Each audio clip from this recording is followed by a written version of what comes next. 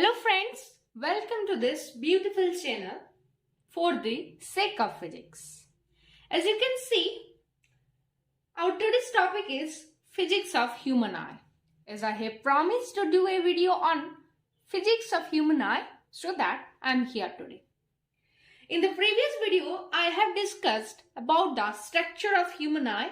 So I hope you all see that video and you are here to understand how actually we see the object through our eye. So basically, our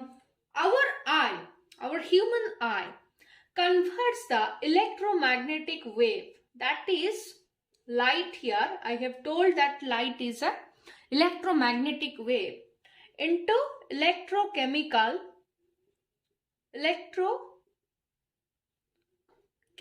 signals. Okay, basically our eye converts it into electrochemical signals, and our brain processes this electrochemical signal as image to which we see.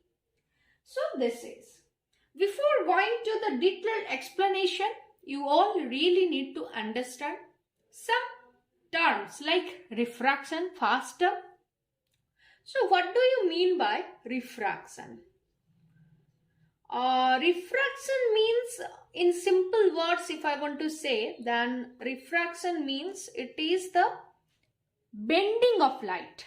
What I said is a bending of light, or I can say that suppose light refracted means, suppose this is a curved surface here. We can say this is a curved mirror. Okay, this is suppose a curved mirror, and or anything interface between here medium 1, okay, and this is medium 2. So when light passes from one medium to another medium, then it bends or it changes the way it is going. Okay, this is the light ray. So it changes the way it is going, and this is called refraction. So basically, when light passes through an interface between two mediums, between two materials which have different refractive index, this is very important. This medium 1 has refractive index which is different from the refractive index of medium 2. That is why this bending is happening, and this is called refraction. So if you are not well known about the terms refractive index, let me introduce what this is. So basically, refractive index is the ratio of the speed of light. It is the ratio of the speed of the light to the ratio in the vacuum. Okay, in vacuum, what is it? The speed of light, you all know. The speed of light is 3 into 10 to the power 8 meter per second, right? So speed of the, basically it is 2.995 plus or minus some error, and that is the correct expression for the speed of light in vacuum. But in normalization we said it is 3 multiplied 10 to the power 8. Okay, so speed of the light in vacuum, the ratio of the speed of the light to the vacuum to the speed of light in any medium. Okay, so this is refractive index, and every object, every material has different refractive index with respect to something. Basically, we find the refractive index of any object with respect to water. Also we can find with respect to anything, like if a lens is immersed in water, then refractive index of that lens with respect to water. If the lens is immersed in or it is kept in air, then the refractive index of the lens with respect to air. So this is, let's go to our second part. So now let's see, the amount of bending of light depends upon which. So before going to this factors, first of all we really need to understand that why when light passes through a lens, the refraction occurred. So basically it has a very simple reason. That means when the light passes in this direction through the lens, you can see here, it actually passes through two interfaces. Like first interface is that when it enters the lens, you can see here, when it enters the lens at the front surface. Second interface is when it leaves the lens at the back surface. So this is the reason for refraction when the light passes through lens. So let's understand how the bending of light, the amount of bending of light depends upon the lens focal length. Oh, I have said that this bending of light depends upon what? It depends upon lens focal length, right? So what do you mean by focal length? We need to understand now about focal length. So the focal length is there not only for the lenses but also for curved mirror surface. Like the focal length is basically, let me write the focal length. It is the distance. It is the distance between the center of the mirror or the center of the between the center of the lens, or you can say the curved mirror, and the focus. So by drawing the diagram you can visualize it more clearly that where is the focus and where is the center of that lens or center of that mirror. Okay, suppose this is a convex lens I have drawn here, or it is called convergent lens because it converges all the rays of light. So when the rays of light coming in this direction, okay, when the rays of light coming in this direction, then let me draw for the center of this lens. The center of this lens is this point, this C. This is the center of the lens. This is a convex lens. Okay, so in this lens, when the light rays, these are the light rays, okay, passes through this convex lens, they converge at one point, at this point, and this is called the focus. Okay, this is called the focus. Let the name is F, and the distance between this center and the focus of the lens is called focal length. Okay, similarly, if we will take any concave lens also, you can see this distance, that is like here, this is the center of this concave lens, and in this direction the light rays are coming and they are, this is called basically a divergent lens, or its name is concave lens. Okay, its name is concave lens, or it is called a divergent lens, and it diverges in this direction. Light passes this direction and they appears to be meeting at this point, and this is the focus, and this distance is called the focal length of this concave lens. Also we can see this for any curved surface mirror. Like for a concave mirror, this is a center of the mirror, and when light passes in this direction, they converge in this direction. Okay, and this is the focus, and this distance is called focal length. Also we can see for the convex lens, when light travels in this direction, then what happens? Now they diverge, like they appears to be meet here.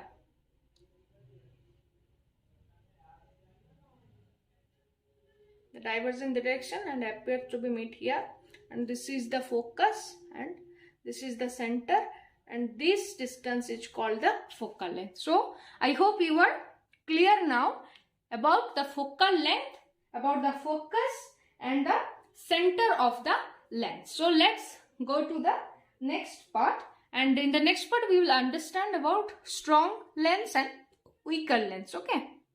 Now, how we can determine a lens is strong lens or weak lens? It actually depends upon its focal length. That means if a lens having short focal length, then short focal length, then it is a strong lens, and if a lens having long focal length, then it is a weak lens. So for our better visualization, let me draw the figure.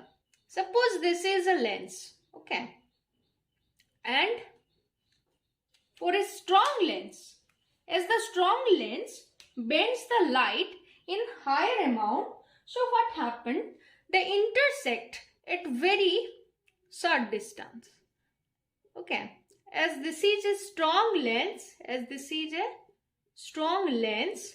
so it bends the light in a higher amount, so they intersect at a certain distance. So its focal length is very short. But for a weak lens, what happens? A weak lens actually bends the rays of light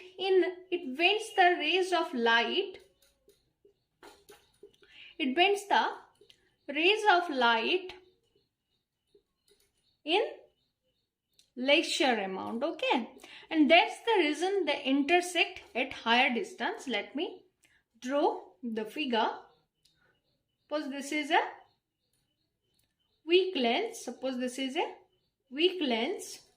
and the rays of light are coming in this direction like this, and as it bends them in a very smaller amount, that's why what will happen, they intersect at very longer distance. So here their focal length is very long. So now the focal length of a lens really depends upon three factors. Let me write those three factors. So the first factor is the curvature.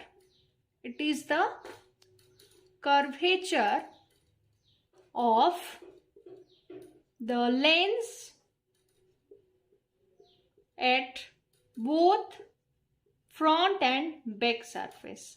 At both front and back surfaces. This is the first factor. Curvature means the rate at which a curve curves, right? That means like this. How it curved. The rate at which the curve curves.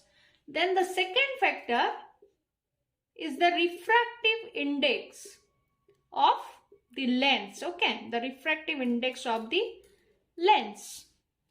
The third factor is that the refractive index of the materials surrounded the lens. This is the third factor. That means by which materials the lens is surrounded, that is another factor on which the focal length of a lens depends. So how it actually works? That means suppose a highly curved surface present, then its focal length is very shorter because they will meet at a the rays of light meet at a very shorter distance.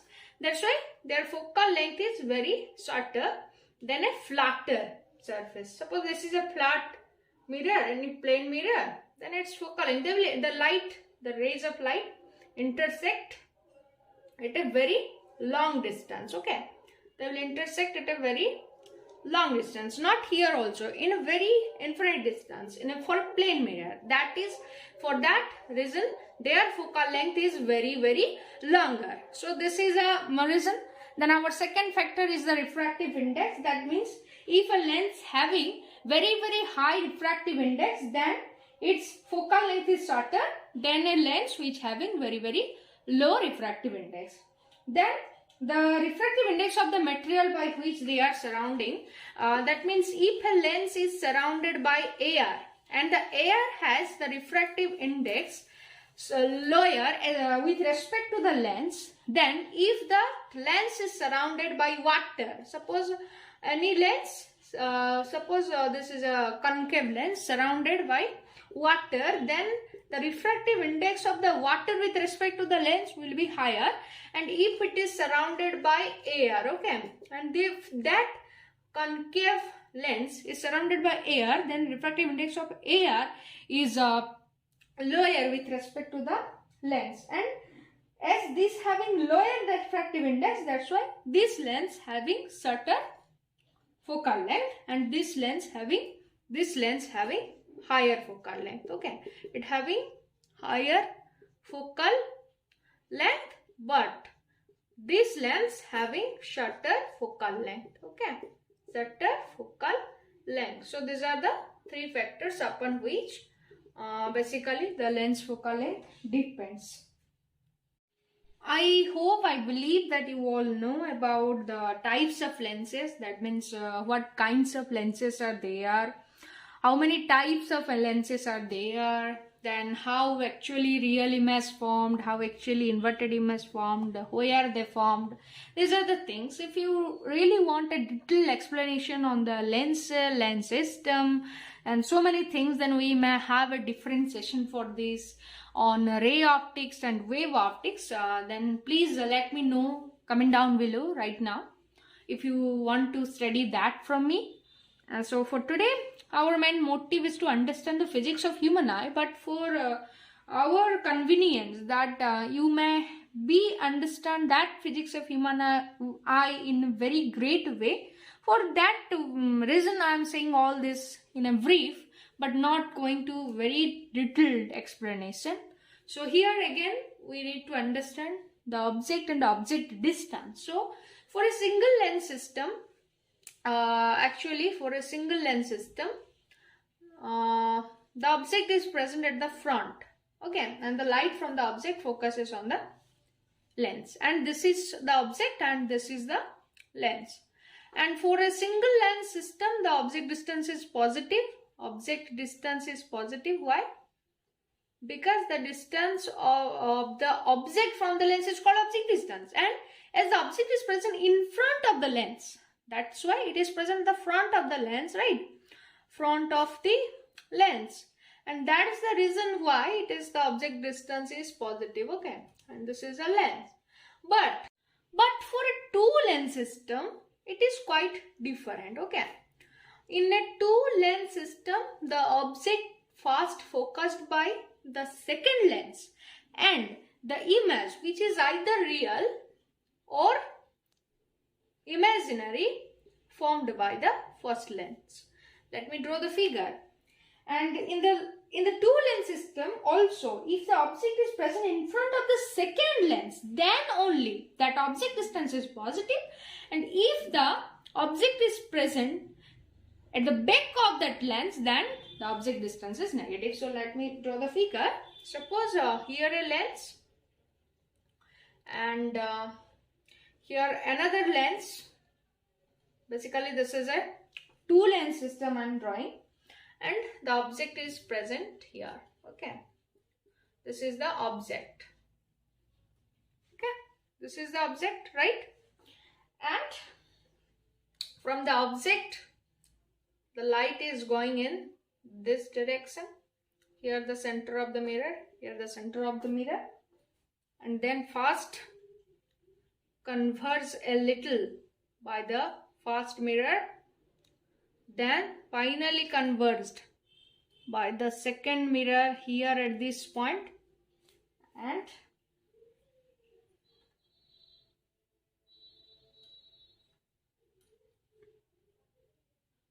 again they converged here, and this is what?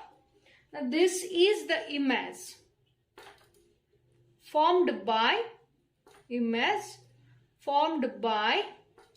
and this is a image which is formed by the lens. And which lens? By the first lens. Okay, this is the first lens and this is the second lens. So this image is formed by the first lens. Okay, by the first lens, and here it is treated as the object of the second lens. This is called virtual object. Okay, this is a virtual object because it is treated as the object of this second lens. Okay, so basically this is a system of two lenses, but again I am roughly saying everything. Okay, and I believe that you all know about magnification, about power. Okay, well, let me tell you about the power. Power is very simple. Power unit is diopter. We measure the power of a lens by the unit diopter, and it is the reciprocal of the focal length. Okay, 1 by f. So this is. So now we are at our motive, that is to understand the optics of human eye. So as I have already told you in the structure of human eye video, that a human eye has two lenses. One is crystalline, another one is corneal lens. Corneal at the first, then after the iridescent pupil there is a crystalline lens, and I have told that crystalline lens was the convergent lens. Okay, or that was a convex lens. So what happens in the human eye system? The corneal lens, the corneal and the crystalline lens actually these two lenses behaves as a single lens. Okay, this is a lens system. This is a two lens system, but it behaves as a single lens. Okay, so let me draw the figure again. Suppose this is a system, and in this system what happened? Let me clearly draw this so that you all can understand in a more detailed format. First, okay, so here the eye system, I have told that the eye system behaves as a single lens. So here a lens system. Let me write down. This is the lens system, and here the retina. Okay, here the retina. So what happens? Now here an object is present. It is erect now. This is the object. So from the object, the light, let me draw the object at the upper part so that it will be easy to focus the rays of light. So here the object. So three rays of light are here. The first, then the third one. The rays of light are going in this way, and finally they converge at this point. Okay, finally they converge at this point in the retina, and basically this is a real and inverted image. This is real and, oh, I dropped the marker, sorry. So basically, this is a real and inverted image. Well, may you all have this question in your mind. Well, the question is very obvious. Okay. Because retina forms the inverted image, but we see always the erect image. This is quite fun and quite obvious question coming in our mind. So the reason is very simple, that the image formed by the retina is carried out to our brain through the optic nerves in the form of electric signals. I believe that you all know about the optic nerves. In my video of the structure of human eye, again I am suggesting just see that to understand the parts of the human eye, so that it will be very easy to understand this physics of human eye. So what happened? Now it transferred to our brain as electrical signals. Okay, as what? As electrical signals. Okay, so what happened? Now when our brain processes these electrical signals in such a way, there are different kinds of mechanism occurred in our brain, and for that detailed explanation we really need to understand a very deep biology, a very deep physics, and I am not going to that at all. We are here just to understand a little about this, because it is a very lower standard, that means it is for the lower standard students, those who want to learn this. That's why I am here with this video. Okay, so in such a way our brain processes this electrical signal so that we form an image as a erect image in our mind, in our brain, and so that we see a erect image. Okay, this is a very simple reason. So I hope you all loved today's video. Thank you so much.